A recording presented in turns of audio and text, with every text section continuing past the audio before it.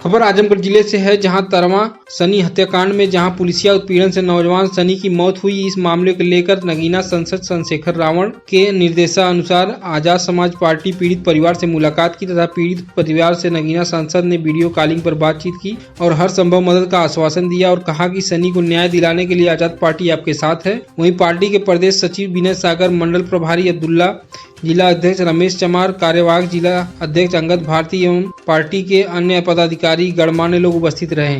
देखिए, आपको धन्यवाद। मेरा नाम विनय सागर है, आजाद समाज पार्टी के प्रदेश सचिव। हमारे मंडल के प्रभारी अब्दुल्ला खां जी हैं यहाँ आजमगढ़ के, हमारे जिला अध्यक्ष रमेश चमार जी। और यहाँ जो परिवार उमरी पट्टी जो यह गांव है थाना तरवा आजमगढ़ में, यहाँ हम लोग आए हुए हैं। और आपको बता दूं कि भीम आर्मी आजाद समाज पार्टी से यहाँ का प्रशासन इतना डरा हुआ है कि हमारे जिला अध्यक्ष के घर पे 25-30 पुलिसकर्मी रात 12 बजे ही पहुंच के इनको बंधक बनाए हुए थे, डिटेन किए हुए थे। बड़ी मशक्कत के बाद ये कहा गया कि 10 लोग ही केवल जाके परिवार से मिल पाएंगे और 144 धारा 144 जनपद में बताए, अनेकों बहाना किए। हमारे जिला अध्यक्ष का फ़ोन ले लिया गया, तो अनेकों कोशिश की गई हमें रोकने की, लेकिन इसके बावजूद भी हम लोग आए, परिवार से मिले हैं।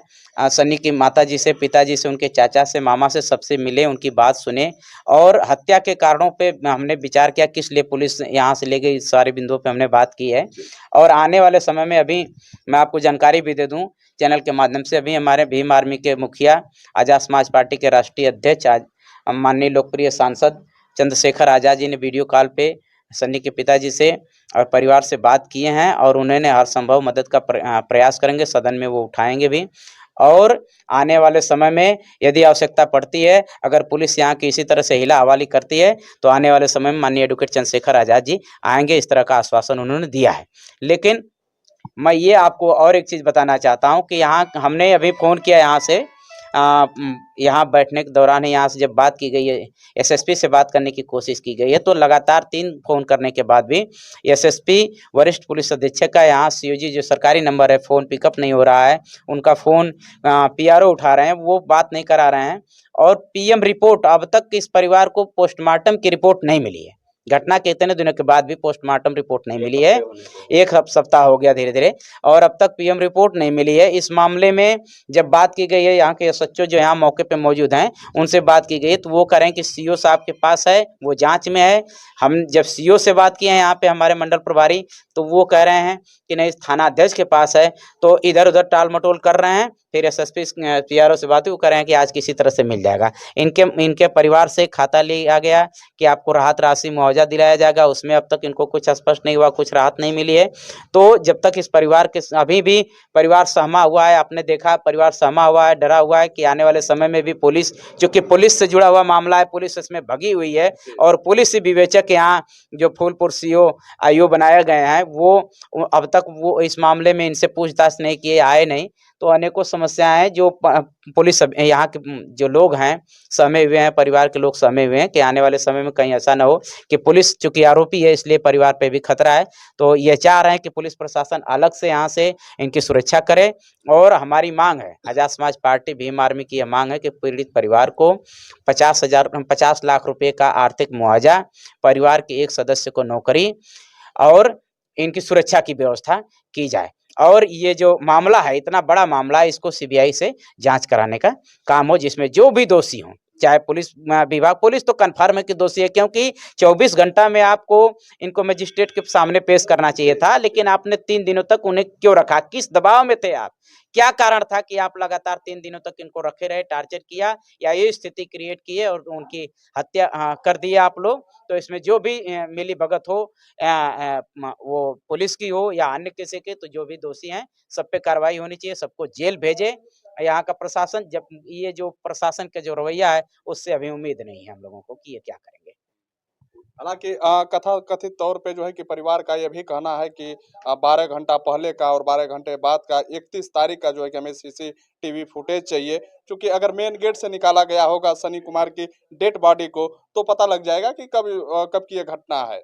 और जो है कि अगर पीछे से निकाला गया होगा, तो इसका कहीं न कहीं ये साफ-साफ क्लियर है कि ये घटना रात में ही की गई है। चूँकि पुलिस का कहना है कि नहीं, ये भोर में जो है कि अपने आप को नारे से जो है कि फांसी लगा दिया था। तो इस पे आप क्या सोच पा रहे हैं? देखिए सही सी बात है। यदि पुलिस जैसा बयान बाद में आ रहा है कि उन्होंने नारे से आत्महत्या कर ली, तो अगर पुलिस इसमें सही रहती तो सबसे पहले अगर कोई घटना हुई तो परिवार के लोगों को सूचना देती, आस-पास के लोगों को सूचना देती, परिवार के लोग जाते उनकी जानकारी में।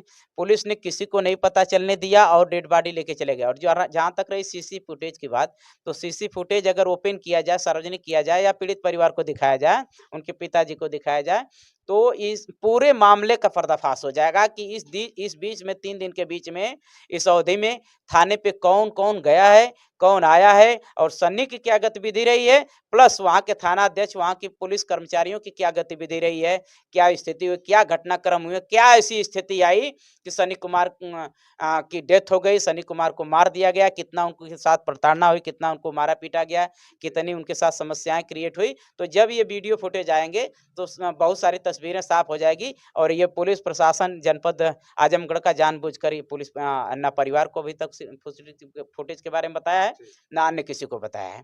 तो हम यानी सीधे-सीधे इसमें पुलिस प्रशासन जो है कि जो है कि लीपापोती करने में जुट गई है और जो है कि अपने प्रशासन के लोगों को जो है कि बचाने का प्रयास कर रही है। देखिए, मैं एक चीज़ और बताना चाहूँगा, ये उत्तर प्रदेश के जो शासन पुलिस का जो रवैया है, अभी ये घटना आपने देखा बलिया में, जो बलिया में घटना हुई है पूजा चौहान जी के साथ, वो बहन को हाथ पीछे से बंधा हुआ है और 25 फुट की ऊँचाई पे उनको हत्या की गई है, उनको फांसी लगा के मार दिया गया है और उसमें वहाँ के पुलिस कह रही है कि इसने आत्महत्या की है। सेम उसी तरह से यहाँ इस घटनाक्रम में थाने के अंदर उनकी हत्या हुई है और पुलिस कह रही है कि इन्होंने सुसाइड किया है।